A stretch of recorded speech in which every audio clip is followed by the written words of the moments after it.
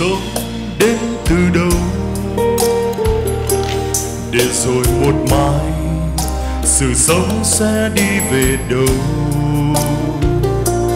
Tiếng tai công danh quyền thế sẽ mãi còn lại chăng?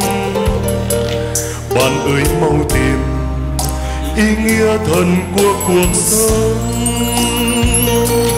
Này bạn yêu ơi, sự sống ngắn ngủi làm sao? Cuộc đời con người như chiếc lá trên sông, vun vụt trôi đi theo sóng nước thời gian.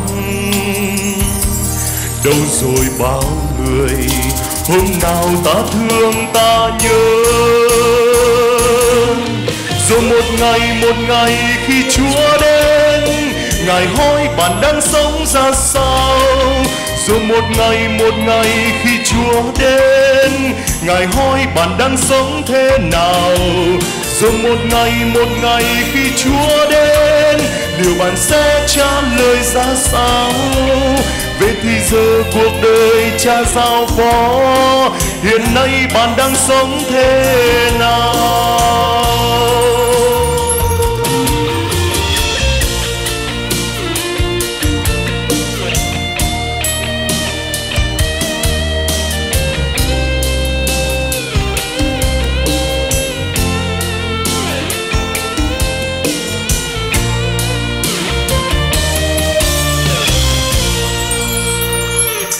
Này bạn yêu ơi, sự sống đến từ đâu,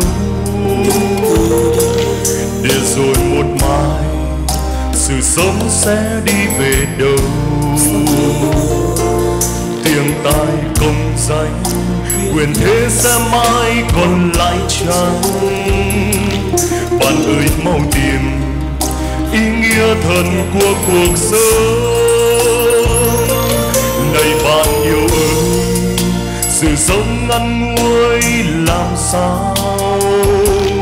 Cuộc đời con người như chiếc lá trên sông, vun vụt trôi đi theo sóng nước thời gian. Đâu rồi bao người hôm nào ta thương ta nhớ, rồi một ngày khi Chúa đến, Ngài hỏi bạn đang sống ra sao. Rồi một ngày khi Chúa đến, Ngài hỏi bạn đang sống thế nào. Rồi một ngày khi Chúa đến, điều bạn sẽ trả lời ra sao? Về thì giờ cuộc đời Cha giao phó, hiện nay bạn đang sống thế nào? Rồi một ngày khi Chúa đến, Ngài hỏi bạn đang sống ra sao?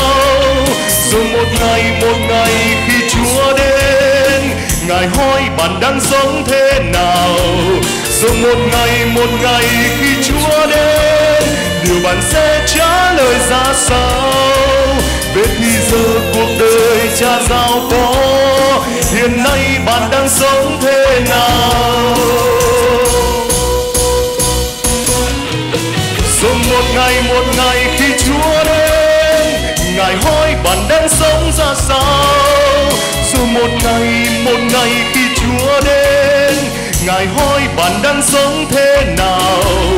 Rồi một ngày khi Chúa đến, điều bạn sẽ trả lời ra sao? Về thì giờ cuộc đời Cha giao phó, hiện nay bạn đang sống thế nào? Về thì giờ cuộc đời Cha giao phó, hiện nay bạn đang